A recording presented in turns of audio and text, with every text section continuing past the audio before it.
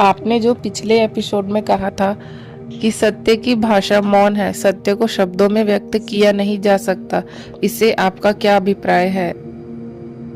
हम इस संसार में जो जीते हैं वह द्वैत रूपी संसार है। इस संसार में हर चीज को दो हिस्सों में बांटा जाता है, अच्छा बुरा, दया द्वेष, सुख दुख आदि।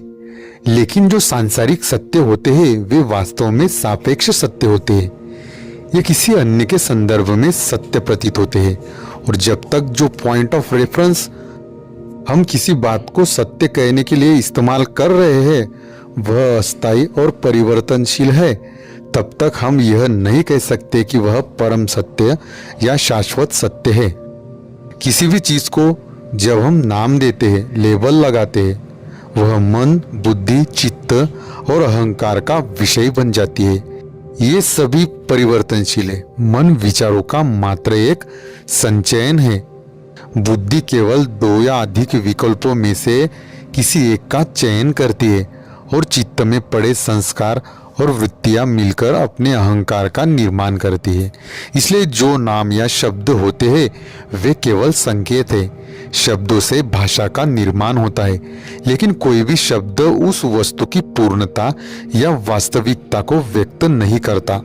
उदाहरण के लिए, अगर हम नमक को नमक बोलते हैं तो वह शब्द केवल उस वस्तु की उपस्थिति को नाम देता है। वह नमक की वास्तविकता या उसका असली होने का अनुभव नहीं बताता। जब हम किसी चीज को यह है कहते हैं तो उसके ना होने की भी संभावना बनी रहती है। तो क्या हम ऐसे सत्य को शाश्वत या परम सत्य कह सकते हैं? नहीं। इसलिए जो परम सत्य होता है वह अद्वैत है। उसमें कुछ जोड़ा या घटाया नहीं जा सकता। वह स्वयं पूर्ण और स्वयं प्रमाणित होता है। उसे प्रमाणित करने के लिए किसी अन्य संदर्भ की आवश्यकता नहीं होती। वह स्वयं एक संदर्भ है। इसलिए उसे शब्दों में बांधना या अनुभवों को भाषा की सीमाओं में व्यक्त करना कठिन होता है।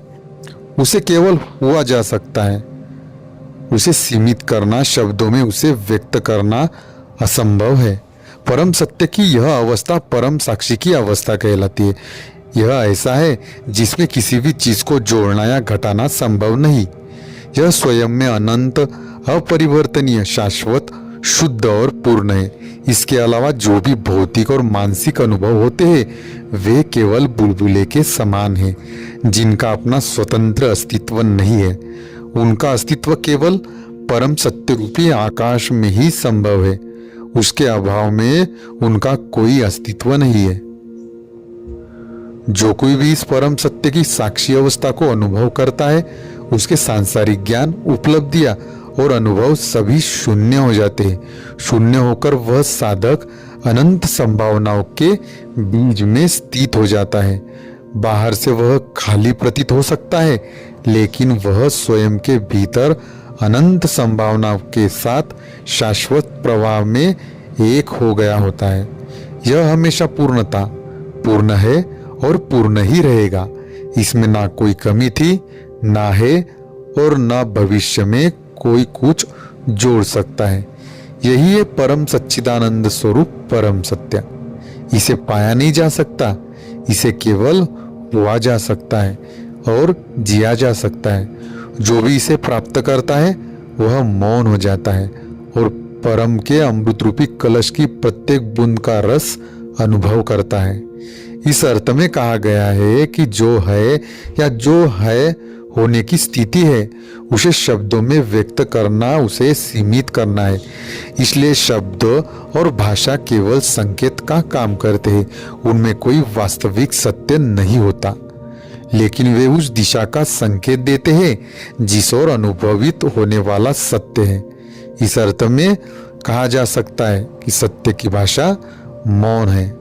आशा करता हूँ आप समझ ही गए होंगे। दोस्तों, अभी तक आपने हमारे चैनल को सब्सक्राइब नहीं किया है तो सब्सक्राइब जरूर करें, साथ ही बेल आइकन जरूर दबाएं ताकि ऐसे ही अध्यात्म के ऊपर जो वीडियोस है उनकी नोटिफिकेशन सबसे पहले आप तक पहुंचे। आज के लिए इतना ही। बने रहे अपने साथ, आपके अपने यूट्यूब चैनल बोध से संबोधि में। धन्यवाद।